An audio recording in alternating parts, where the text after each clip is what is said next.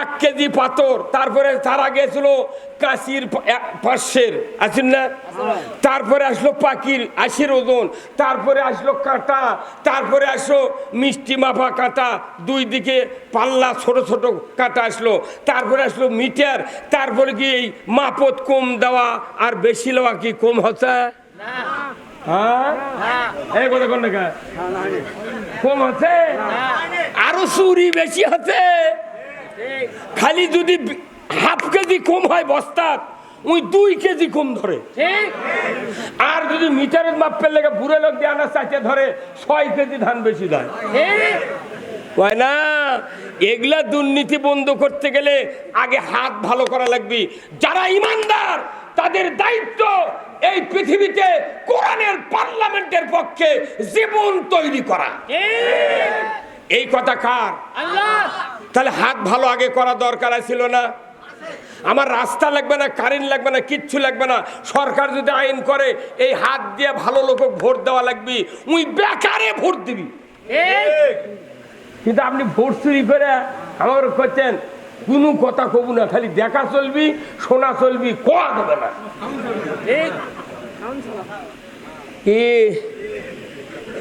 না সাহস কিরে, একটা যুবতী মেয়ে দিয়ে বল খেলাচ্ছে।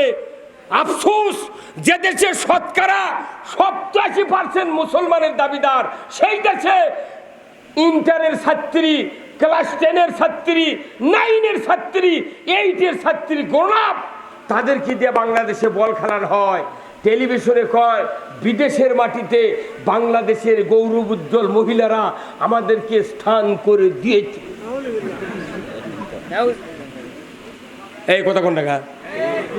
আপনি মহিলা দিয়ে বল খেলবেন আর জুম্মার দা তাহাজ্জুদ পড়বেন, ওই তাহাজ্জুদের 4 আনার দাম নাই। এই কথা কোন টাকা? সুদ, ব্যাংকে সুদ চলবে, আপনার উমরা করার, হজ করার 4 আনার দাম নাই। আপনি সুদের টাকা দিয়ে হজ করে ওটি দা করছেন, ইন্নাল হামদা ওয়ান নিয়ামাতা লাকা ওয়াল মুলক, আল্লাহ তোমার সমস্ত প্রশংসা আর যত নিয়ামত তুমি পৃথিবীতে দিয়েছো, তোমার সবচেয়ে বড় নিয়ামত আল্লাহ তোমার রাজত্ব। এই বাংলাদেশে 30 লক্ষ বড় হাজি আছে, আর কয়েক কোটি আছে উমরার হাজি। এই হাজিরা যদি আল্লাহ রাজত্ব কায়েমের জন্য চেষ্টা করত, আর মসজিদের ইমামরা যদি খুতবার ওই হাদিসের অর্থটা বলতো, আমাকে বাংলাদেশ জামাত ইসলামী নয়, তবলিগ নয়, আওয়ামী লীগ নয়, বিএনপি নয়, জাতীয় পার্টি নয়, কারো বক্তৃতা করা লাগতো না, ওই হাদিকের ঠেলায় বাংলাদেশে ইসলাম কায়েম হয়ে যেত। কি মানে মানুষ গালে কি লাভ? আমরা ইমামরা মুলিবুরা ঠিক হওয়ার পারিনি। বাইতুল মুকাররমের ইমাম এত বড় জালিম, আল্লাহর কথা না বলে নেতার পক্ষে তেল দেওয়ার কারণে তার খতিবগিরি ছেড়ে পলে যাওয়া লাগছে। অথচ খুতবা ওটা ওখানে যেটা পড়েছে আপনাকে মসজিদে গতকালকে সেই খুতবা পাঠ করছে।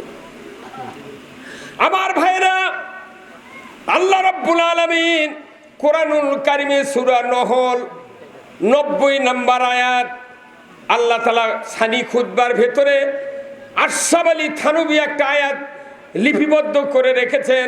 প্রতিদিন মসজিদের ইমামরা আমরা তেলাওয়াত করি। ওখানে বলা আছে, ইন্নাল্লাহা ইয়ামুরু বিল আদলি ওয়াল ইহসান ওয়া ইতাই যিল কুরবা ওয়া ইয়ানহা আনিল ফাহশাই ওয়াল মুনকারি ওয়াল বাগই ইয়াযুকুম লাআল্লাকুম তাযাক্কারুন।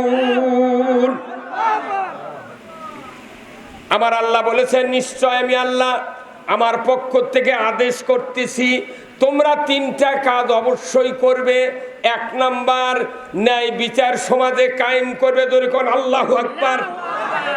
নামাজ যেরকম ফরজ, সমাজে ন্যায় বিচার কোর্টের মাধ্যমে, সরকারি আইনের মাধ্যমে কায়েম করা ওই রকম ফরজ। সরকার যদি ন্যায় বিচার কায়েম করে আমাকে কি ক্ষতি না লাভ? কিন্তু ন্যায় বিচারের কথা আমরা খবর লেগে সাইদি খবর লেগে ধরে লে যা ইঞ্জেকশন করে মেরে ফেলে দিল। তোরা খবর লাগবি কে? আমরা কি জানি না? আমরা মুসলমান লই, কথা কর ময়না। ন্যায় বিচার কায়েম করা ফরজ কে করেছেন? আল্লাহ কোরআনে বলছেন সূরা বাকারায়, ইয়া আইয়ুহাল্লাযীনা আমানু কুতিবা আলাইকুমুল কিসাসু ফিল কতলা। ও দুনিয়ার ইমানদারেরা, তোমাদের উপর কোরআন ভিত্তিক আদালত ব্যবস্থা কায়েম করা ফরজ করা হয়েছে। জোরে কোন আল্লাহু আকবার। রোজা ফরজ করেছেন কে? আল্লাহর আইন কায়েম করা ফরজ করেছেন কে? ইসলাম বিজয়ের জন্য প্রাণান্তকর সংগ্রাম করতে হবে। কুতিবা আলাইকুমুল কিতালু ওয়া হুয়া কুরহুল লাকুম। প্রাণান্তকর সংগ্রাম তোমাদের উপর ফরজ করা হয়েছে, অথচ তোমাদের কাছে এটা অপ্রীতিকর। বলুন তো, একই কায়দায় রোজা ফরজ, একই কায়দায় সংগ্রাম ফরজ, একই কায়দায় আদালত ব্যবস্থা কায়েম করা ফরজ। তাম বাংলাদেশের যত রাজনৈতিক দল আছে, ধর্মীয় দল আছে, মহিলা আছে, পুরুষ আছে, সবাই রোজার পক্ষে। ধরে বলুন ঠিক কিনা? কিন্তু যখন কোরআনের আইনের কথা বলা হয় তখন উদ্ভট কথাগুলি বলে এদেশে কোরআন আইন কায়েমের বাধা দেয়। এখন যারা বাধা দেয় তাদের অবস্থা কি? সূরা নহলের কথা শুনলেন। 3টা কাজ করতে হবে। 1 নাম্বার, ন্যায় বিচার করতে হবে, ইনসাফ ভিত্তিক সমাজ কায়েম করতে হবে, আর আত্মীয় স্বজনের সাথে সদ্ব্যবহার করতে হবে। পিতার সাথে ছেলের যে সম্পর্ক, এই সম্পর্ক মৃত্যু পর্যন্ত অক্ষুণ্ণ রাখতে হবে।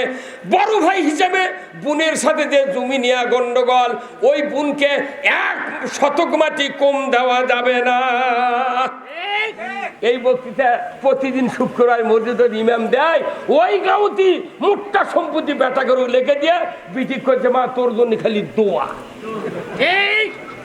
এই 400 বার যদি হজ করে হজরে আসওয়াদ পাথর গিলাও খায় আসে, এই জীবনে জান্নাতে যাবার পারবে না। গোল্ডেন পেনের সিগনেচার দেবো। ফাজলামো নাকি? এই দেশে ইসলাম কায়েম হলে কোনো ভাই, কোনো পিতা সন্তানের হক নষ্ট করতে পারবে না, পারবে না। এই 3টা আদেশ কে দিয়েছেন? আল্লাহ। এরপরে 4টা কাজ করেছেন। আল্লাহ বলেছেন এটার ধারে কাছে যাওয়া যাবে না। ফাহশাই ওয়াল মুনকার, খারাপ কাজ, হারাম কাজ, অশ্লীলতা, গর্হিত, হারাম, এই 4টা কাজের ধারে কাছে যাওয়া যাবে না। সরকার কর্তৃক যদি এই আয়াতের ভাষ্যকার যদি প্রধানমন্ত্রী, মন্ত্রী পরিষদ থেকে যদি সমাজে চালু করা হতো, ওই ইমাম সাহেব বক্তব্য দেওয়ার সাথে সাথে মুসল্লির কলিজার ভিতরে আল্লাহর ভয় পয়দা হতো। এত বক্তৃতা দিচ্ছি, ভয় কেন পয়দা হয় না? কারণ আল্লাহর আইন সরকারের দ্বারা এদেশে কায়েম নাই। আমরা মনে করেছি যে মুলিবরে এগুলো করছে, ওরা বানিয়ে বানিয়ে করছে। বেটা তুমি না পড়ে দেখো না কে দোয়া কোনো তাই মুখস্থি করে পারিস নি। 40 বছর হলে বেতের নামাজ পড়ছু, খালি আল্লাহ আকবর কা মুখ লড়াই, একটাও দোয়া কয় না। আর মাদ্রাসার ছোট ছোট বাচ্চারা 14টা ও আছে দোয়া কুনুত, এরা মুখস্থি করতে ঘাড়ের রক শুকে যাচ্ছে। তারপর ওরা সেদিন কোরআনের কথা করছে। আপনাদের এখানে হাফিজে মাদ্রাসা নাই? হ্যাঁ আছে না নাই? হাফিজে মাদ্রাসা এইবার আমি কমপক্ষে 150 জনক পাগড়ি দিছি। যারা পাগড়ি পরায় শ্রোতারা তাকে থেকে দেখা, কি ভাগ্য রে, আমার ঘর তৈরি একটা বেটা হলে হাফেজ বানাতাম। মুখ লড়ায় আর মনে মনে আফসোস করে। আমি দুঃখ করি, হারে পাগলের দল, যে হাফেজের মাথায় পাগড়ি দিতে বললেন আপনারা, আমরা তো দিলাম, কিন্তু বলেন তো যে হাফেজ কোরআনের পাগড়ি পালো, ওই হাফেজ আবার কামেল পাশ করে মদিনা ইউনিভার্সিটি, আজহার বিশ্ববিদ্যালয় থেকে তাফসিরের উপর ডক্টরেট করে তখন বাংলাদেশে আসে অন্যায়ের প্রতিবাদ করে, যারাই পাগড়ি পরায় তারাই ধরে নিয়ে যা জেলত তোলে। এই হুজুর কথা বলে, এই আপনি ওই দিক থেকে হুজুর সাদা এটা কারণ যাচ্ছে না। না, এরা জাতির সাথে প্রহসন। একদিকে হাফেজ বানায় আর একদিকে মামলা দিয়ে ঢুকায়, যাতে মানুষ মামলা খাওয়ার ভয়ে মাদ্রাসার যাতে না পড়ায়। সরকার যদি ইসলামী হয় প্রত্যেকটা ছাত্র কোরআনের শিক্ষাকে কম্পালসরি করা হবে। আপনার ছেলে ভার্সিটির ছাত্র, আপনি মারা যাওয়ার পর এর গ্যারান্টি আছে, শান্তি আছে, মুক্তি আছে। ধরে কর আল্লাহ। মুক্তিটা হলো কি? আল্লাহ তাআলা কোরআনে বলছেন, ওয়া ইয়াবতাগি গায়রাল ইসলামি দীনান ফালাই ইউকবালা মিনহু ওয়া হুয়া ফিল আখিরাতি মিনাল খাসিরিন। দুঃখ নিয়ে বলতে চাই, কোরআন আছে আমাদের ঘরে ঘরে, হাদিস আছে আমাদের ঘরে ঘরে। আল্লাহ তাআলা কোরআনে বলছেন, ও পৃথিবীর ঈমানদারেরা, ইসলাম ছাড়া অন্য কোনো জীবন ব্যবস্থা যদি তোমরা মানো, তার আন্ডারে সন্তুষ্ট হয়ে যদি ইবাদত বন্দেগী শুরু করো, আমি আল্লাহ বলে দিচ্ছি একটা ইবাদত তোমাদের কাছ থেকে কবুল করা হবে না। আমার কুরবানি, আমার হজ, আমার নামাজ, আমার তারাবি, আমার ফেতরা, আমার জাকাত, আমার উমরা, আমার দান খয়রাত, মাদ্রাসা, মসজিদ, যত কিছু খরচ করি না কেন দ্বীনের উদ্দেশ্যে, সওয়াবের উদ্দেশ্যে, আমার আল্লাহ বলেছেন ইসলাম নামক জীবন ব্যবস্থা যদি সমাজে মানা না হয়, বিরোধিতা করা হয়, আল্লাহর ইজ্জতের কসম আমি বলছি, আল্লাহ বলেছেন ইউকুবালা মিনহু, তোমাদের কাছ থেকে একটা ইবাদত কবুল করা হবে না। তাহলে আমাকে লস নয় ভাই, এই হুজুর কথা বললে তে এই কথা কি আজকে করার আছে না ১,৫০০ বছর আগে? তে কর্নিকা আগে তেল মারিছেন আপনি, তেল মারিছেন। আল্লাহ কোরআনে বলছেন, কোরআন প্রত্যেকটা আয়াত রাজনীতির সূত্র দিয়ে নাযিল করা হয়েছে। কোরআনের প্রথম সূত্র হলো হুয়াল্লাযী আরসালা রাসূলাহু বিল হুদা ওয়া দীনিল হক লিইয়ুযহিরাহু আলাদ-দীনি কুল্লিহি ওয়ালাউ কারিহাল মুশরিকুন। আমার আল্লাহ বলেছেন, নবীকে আমি দায়িত্ব দিয়েছি, হে রাসূল, আমি সেই সত্তা তার রসুলকে প্রেরণ করেছি সত্য হেদায়েত দিয়া, জীবন ব্যবস্থা দিয়া। আপনি তামাম মানুষের তৈরি করা আইন ও কানুন উৎখাত করে দিয়ে একমাত্র আল্লাহর আইন আপনি চালু করবেন, বিজয় করবেন। এতে করে কাফের মুশরিক বেদিনের কলিজায় যত জ্বালা যন্ত্রণা হোক না কেন, আপনি রসুল পরোয়া করবেন না। এই রসুল 13 বছর আন্দোলন করলেন মক্কাতে, 130 জন লোক তৈরি করলেন, কিন্তু মক্কাতে ভোটার ভালো না, সেই জন্য হিজরত করে কোথায় গেল? আর হিজরতের ইতিহাস জানেন? এমনি এমনি হিজরত হয়নি। হিজরতের যা চেহারা, বাংলাদেশের 16 বছর পর একই চেহারা। আমি কাউরও তকবুর কটাক্ষ করে আমি কোনোদিন বক্তৃতা করি না, আমি এসেছি কোরআন বুঝানোর জন্য। যত ভাই আছেন বাংলাদেশে ইমানদারেরা, সবার জন্য ইসলাম এত জরুরি। বাংলাদেশে ইসলাম ছাড়া আর কোন জনগোষ্ঠীকে শান্তি দেওয়ার আর কেউ নাই। এই হুজুর কথা বল না। তাহলে ইসলাম কেন কায়েম করবেন? আসেন, কথা কি ভাই ভালো লাগতেছে না বন্ধ করবো? না বদলু ভাই আছে ইনশাআল্লাহ। লিল্লাহে তাকবীর, নারায়ে তাকবীর। প্রধান বক্তার আগমন, নারায়ে তাকবীর। আমার একটা স্বপ্ন পূরণ করো ও গো দয়াময়, তোমার পথে চলতে গিয়ে মরণ যেন হয়। আমার একটা স্বপ্ন পূরণ করো ও গো দয়াময়, তোমার পথে চলতে গিয়ে মরণ যেন হয়। আমি অটল যেন থাকতে পারি আল কোরআনের পথে, ধৈর্য নিয়ে চলতে পারি দিন কায়েমের পথে। ধরে বলুন ঠিক কিনা? আমায় ধৈর্য দিও, সাহস দিও ও গো দয়াময়, তোমার পথে চলতে গিয়ে না পাই যেন ভয়। কোন ভয় আছে? এই যেরকম ভয় আছে। আমাদেরকে হুমকি দেওয়া হয়, হুমকির দিন শেষ। এখন একটাই স্লোগান, আমরা সবাই ভাই ভাই, আগামী দিনে ইসলাম চাই। এই কথা বলে না, আমরা সবাই আগামী দিনে ইসলাম চাই। কেন ইসলাম চাবেন শোনেন, আমি ভাইকে দেব, ভাই এখানে আসলেন, আমি অল্পক্ষণের মধ্যে শেষ করে দেব ইনশাআল্লাহ। বসেন, কথা শোনেন, কথা শোনেন। ইসলাম কেন কায়েম করব? আমি বলেছি ইবাদত কবুল হওয়ার স্বার্থে, কথা ঠিক কিনা ভাই? আপনাদের এই গ্রামে মসজিদ কয়টা? মসজিদ কয়টা?